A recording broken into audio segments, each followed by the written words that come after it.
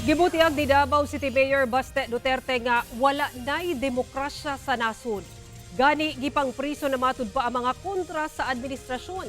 Bisan pa man kuno og iduso ang revolusyon, magdepende kana kung musugot daw ang kasundaluhan ug kapulisan.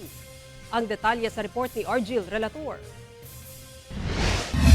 Ang realidad nato karon. Ana karon sa The Hague si Davao Musugot City Mayor sila, Sebastian wa kay Baste Duterte alang sa pagbisita sa Kasi iyang sila amahan gabunit sa nga si kanhi Pangulong Rodrigo Duterte. Meron siya Sa nga interview kuwan. kaniya, gipangutana si Mayor Baste kung nasayod ba si FPRRD nga ginapa-impeach si Vice President Sara Duterte. No. Wala pa siya reaction. Kamo na maginasurya na. Sa impeachment trial sa igsuon niya nga si VP Sara, sumala sa usa ka testigo. Una nila nga nadunggan ang pulong nga Oplan Romanov kay Mayor Baste sa usa ka public speech niadtong January 2024. Pagpaklaro ni Mayor Baste, Wala ko giingon na to pertaining to sa Bolshevik Revolution.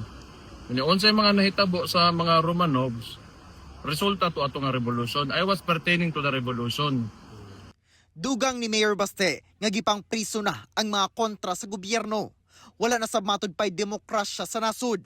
Bisan pa kuno og iduso ang revolusyon, magdepende kana kung musugot ang kasundaluhan ug kapulisan. Wa man tay mahimo og gobyerno atong kontra. Bisan pag kung kuan atong revolution, unsa ba diha gipreso na si Marcoleta, gipreso na si Mike Defensor, si Jinggoy, tanang kontra ni administrasyon na nigipang preso na niya.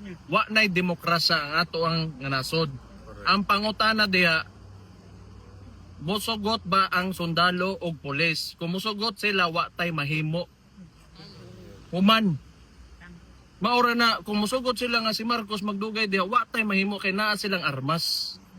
Gusto nilang another 27 years nga Marcos nga rehimen, di wa tay mahimo. Kay ilaha man na. Ginakuhaan pa og pahayag ang Malacañang labot sa pahayag ni Mayor Baste. Ako si Argil Relator.